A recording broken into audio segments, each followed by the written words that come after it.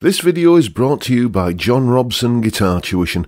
If you enjoy the content, please consider supporting the channel by enrolling on a course, purchasing some guitar lessons or a t-shirt, or you can join my Patreon. Now, on with the show. Hello chaps, welcome once again to John Robson Guitar Tuition. As always, I do hope you're well. Now then, back in 1988, I was 21 years old, and I got my first ever CD player. It was part of a hi-fi system that I could nowhere near afford to buy, but you could rent one from a chain of shops called Radio Rentals, if anyone remembers those. Anyway, point is, back then I had my first ever CD player, and what you do when you switch to a new format is you tend to replace all, or as much as you can remember or find, of your existing music collection, basically replacing vinyl with CDs.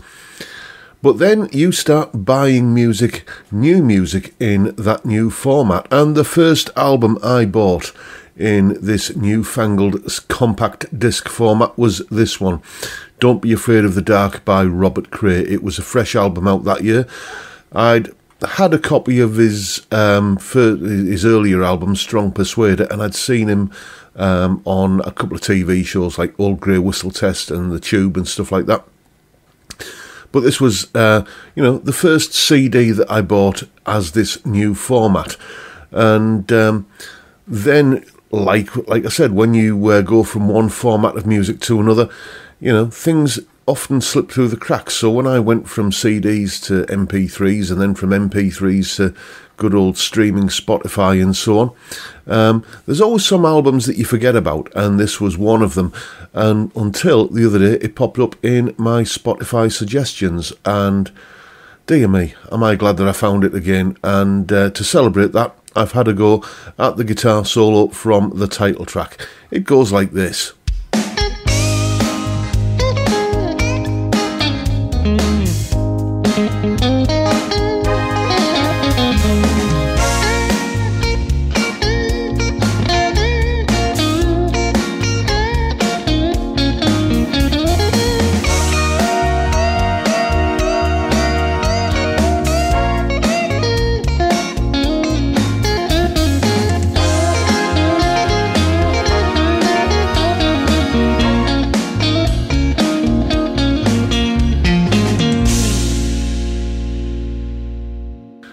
So that's what the solo sounds like, and here's a little bit of an explanation about what's going on in the solo. Solo explanation. Okay, let's begin by looking at the chord sequence the solo is played over. There it is, right there, and as you can see, it's essentially a 12-bar blues in the key of B-flat minor. Take that first line away from the chord sequence, and the remaining 12 bars are, as I say, a 12-bar blues in B-flat minor using a B-flat minor chord, E-flat minor and F minor.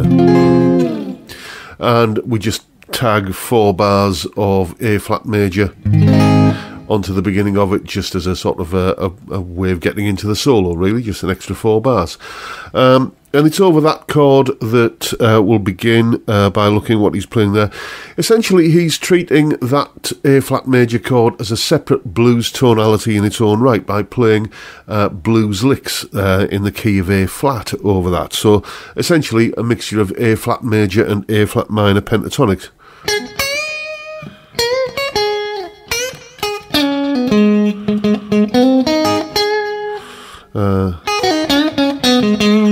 Something like that, and you can clearly see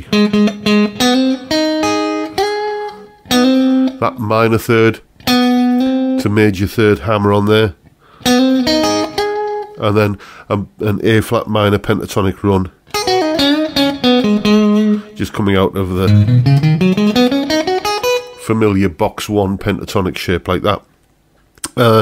After those first 4 bars with those licks, we're into the B-flat minor chord, and he plays essentially B-flat minor pentatonic throughout the rest of the solo. There's 1 or 2 extra notes that crop up, and we'll deal with those as we go. Starting with about 4 bars worth of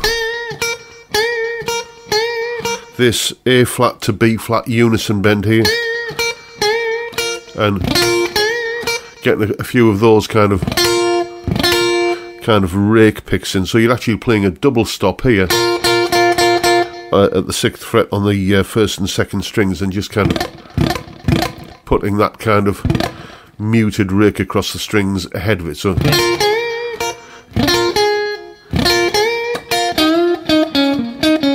and as I say, just kind of playing a bunch of ideas down there in position 1 of B flat minor pentatonic, and we conclude that part of the solo, the first 4 bars of the B flat chord, essentially the second line of the chord sequence there, by basically coming up into the top end of pattern 2, or you might want to think of it as the top end of this pentatonic run that I'm sure you're probably quite familiar with. Up there, so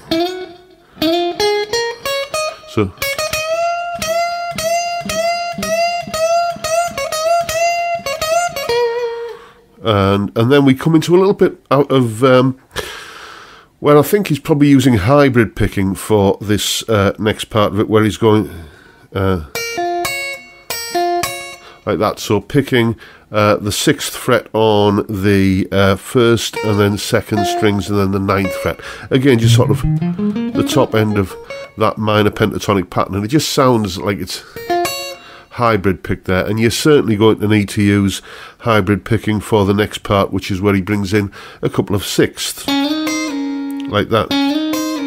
Remember I said there's a couple of extra notes coming in from outside the B flat minor pentatonic? This is one of them. So these 2 notes, they're in the minor pentatonic. So is this one, but this one is we're adding the 9th. And then some, again, just a little fill there in pattern 1 of the B flat minor pentatonic there. And then we go into a nice little repetitive lick, which has a little bit of kind of rhythmic displacement going on as well. But a nice, effective little repetitive cyclic lick. And we come out of it with just that standard little blues kind of thing there. And we finish the solo with something that's very, very reminiscent of Stevie Ray Vaughan, where he would do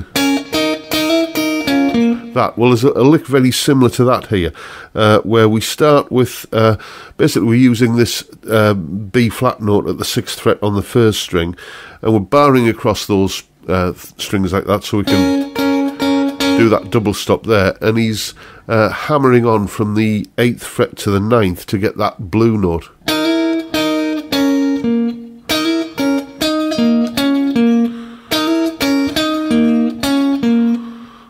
Then that's pretty much the end of the solo.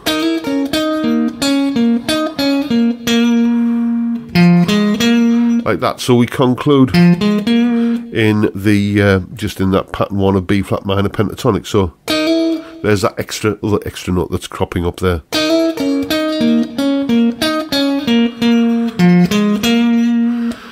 And that's pretty much it. That's what's going on in the solo. Interesting points to note are that the way he treats this A flat major chord as I say, a separate blues in its own right. It's the way that I would kind of essentially play over that chord sequence if I was doing a solo in one of my tunes over something like that is, I think, well, okay, A flat major, B flat minor, E flat minor, and F minor. They're all essentially chords diatonic to the key of D flat major. So I'd probably use a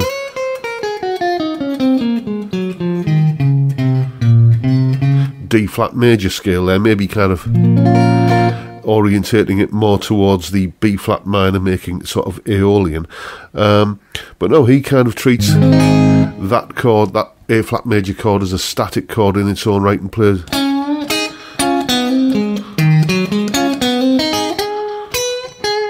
blues kind of licks over that chord, you know, until we get into the B flat minor 12 bar blues section of the solo. Interesting way of looking at it, and that's the beauty of doing something like this. You can learn what other people's approaches are and maybe take a little bit of it on board. So now you know what's going on.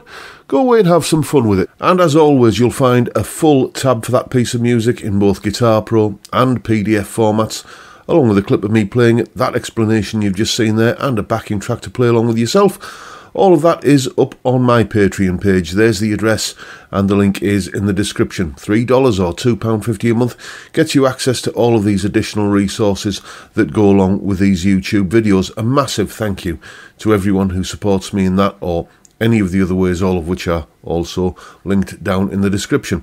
And that is pretty much it for today, folks. Hope you've enjoyed what you've seen, and if that's the case, please hit the subscribe button and the notification bell if you haven't already done so. Why not give me a like while you're at it?